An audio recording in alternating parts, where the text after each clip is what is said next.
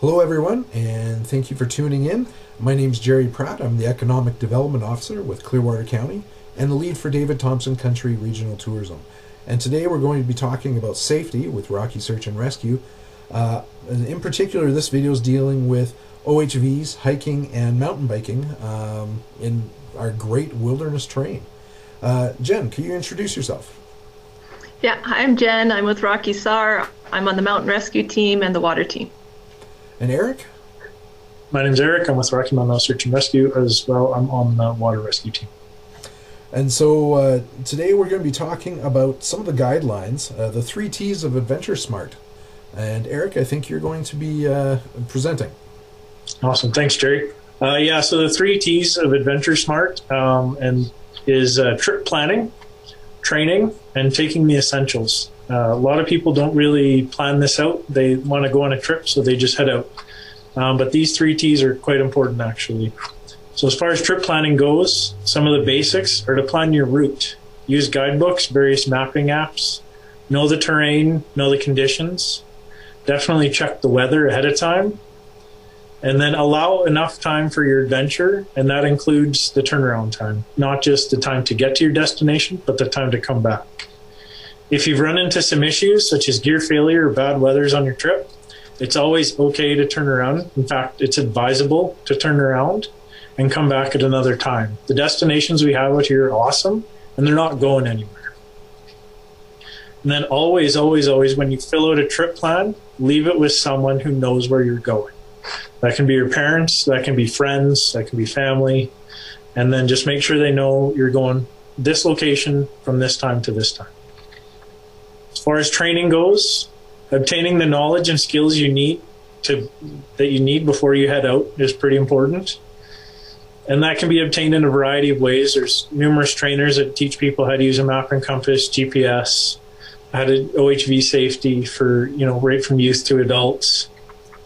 As well, know and stay within your own limits. So if you're heading out, for example, you want to climb Mount Missioner, but you have zero experience climbing mountains, don't do it. Go hike Sifler Falls instead. Also, too, very important is to check that all your equipment and gear ahead of time is working. You don't want to pack for your trip the night before with a ripped tent or you forget tent poles and you're headed out on a camping trip.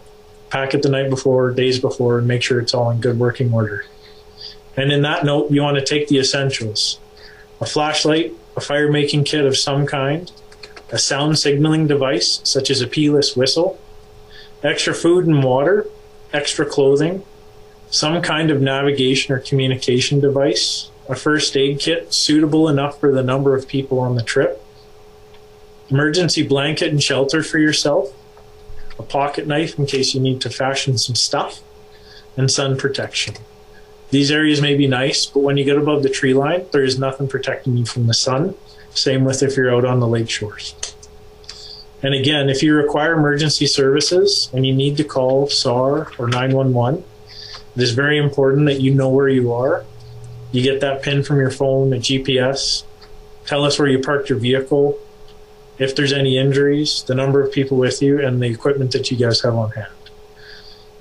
As well, in that note, if all you can call is the person who has your trip plan, make sure they know who to call as well.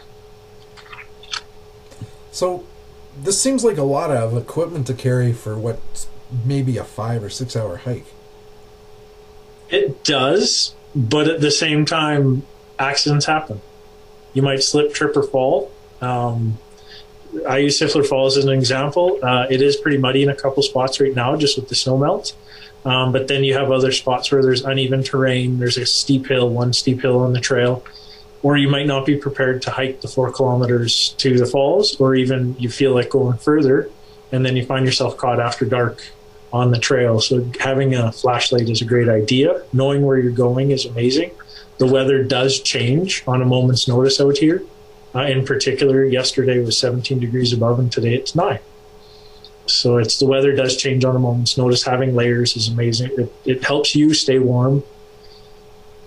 And, the first aid kit suitable for the group. If you have 3 people and you have a first aid kit for 1, it doesn't help 3. Okay. I'm just going to ask a question on each of the three activities, OHV, hiking, and mountain biking, what is the most common rescue that you might have concerning OHVs? Most common would be a wreck with the OHV, going, as we said, with training. So doing the activity outside your skills and abilities. If you have just bought a brand new 1000cc machine and you've never used it before, and you goose that throttle and suddenly the machine is rolling on top of you, or you're in an area where you don't know what the terrain is like, and you cause an accident and somehow you pin yourself, you break a leg or a hand or what have you, and you need a rescue. As far as hiking goes, it's mostly inexperienced hikers with improper equipment, hiking trails in sandals, running shoes.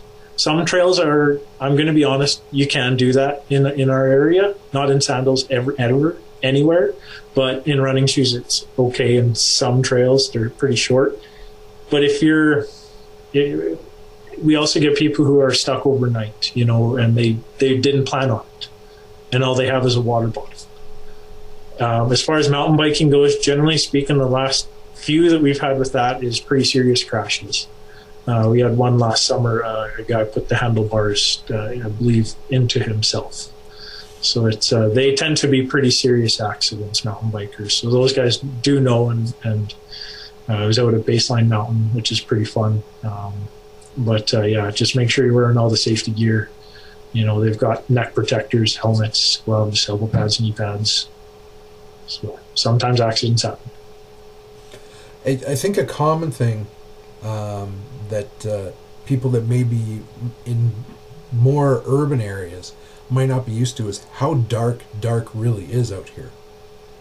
Yeah, it's our area. The nearest, I guess you could say, populated center would be the David Thompson Resort.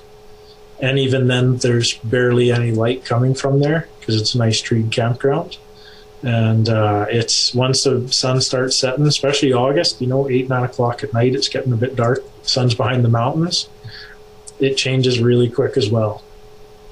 Yeah, not like the prairies, but that temperature drops as soon as that sun heads behind the mountain. The temperature drops so quickly, and then it gets it gets black. Like if you don't have a flashlight or you don't know exactly where you are, it can be very confusing and scary pretty quickly. Yeah, the worst would be a cloudy night in August with no moon, and then it is very dark outside.